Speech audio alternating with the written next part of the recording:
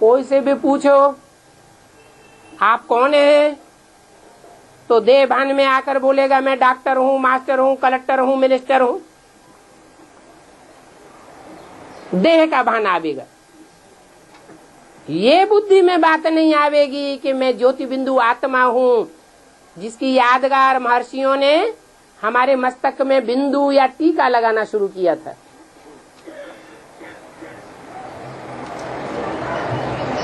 मस्तक में मैं आत्मा विराजमान हूँ, किसी को पता ही नहीं है। बल गीता में लिखा हुआ है, ब्रवोर मध्य प्राणमावेश सम्यक। जब मनुष्य प्राण छोड़े, शरीर छोड़े, तो भ्रकुटी के मध्य में आत्मा का ध्यान करे।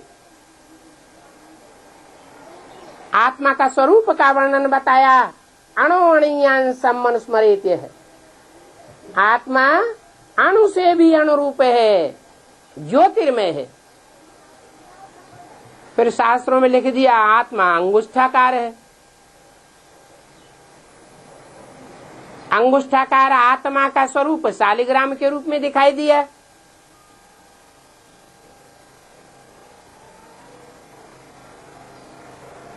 शालिग्राम में बंधन भी दिखाया जाता है।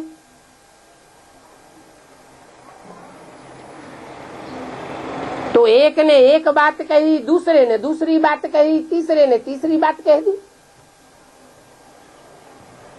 एक ही गीता की 108 टीकाओं से भी ज्यादा टीकाएं हो गई।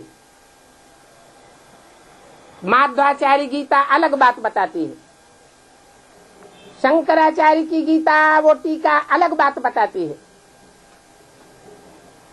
टैगोर गीता अलग बात बताती है। तो सच्चाई का लोप हो जाता है। अनेक बातें मिक्स होने से सत्य लोप हो जाता है। द्वैतवादी दुनिया की शुरुआत हो जाती है। उस द्वैतवादी दुनिया का नाम द्वापर रखा गया,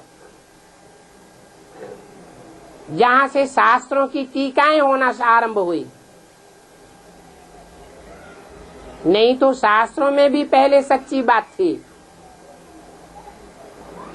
लेकिन विकारी मनुष्यों की विकारी बुद्धि ने भांति भांति के इंटरप्रिटेशन करके उन शास्त्रों के तंत्र को ही गायब कर दिया, और जो कुछ रहा बचा था वो मुसलमानों ने आकर के पहाड़ों में भून दिया, नदियों में फाड़ के फेंक दिया, जमीन में गाड़ दिया। उसके बाद जो कुछ और थोड़ा बहुत बचा वो क्रिश्चियंस आकर के विदेशों में ले गए, अच्छे अच्छे ग्रंथों को ढूंढ करके।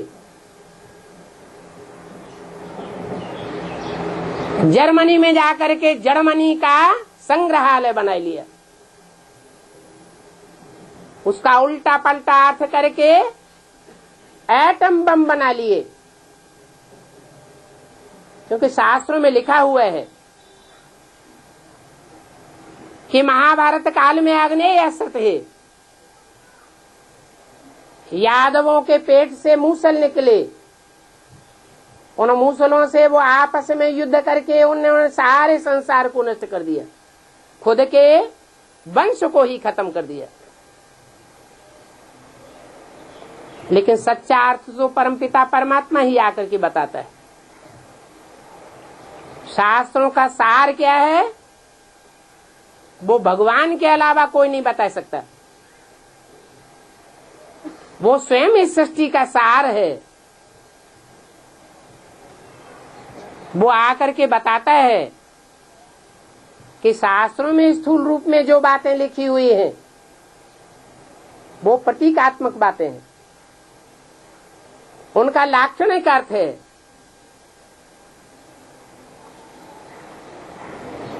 पेट में से मूसल नहीं निकलते, ये बुद्ध रूपी पेट है जिसमें से मिसाइल्स निकलते हैं। ये रूस और अमेरिका रूपी यादव हैं जो बड़े बड़े धनाढ्य होते थे, बहुत शराबी होते थे और बड़े मगरूर होते थे, उनके बुद्धि रूपी पेट से ये मिसाइल से निकले हैं। जब क्रोध में आवेंगे तो सारी दुनिया को चपेट में ले लेंगे।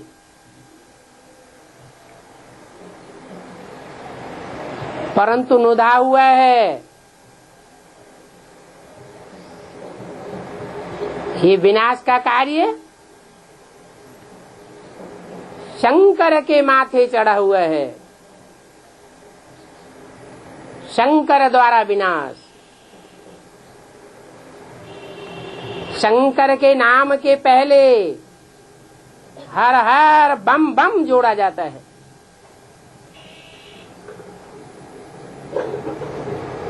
ये बम शब्द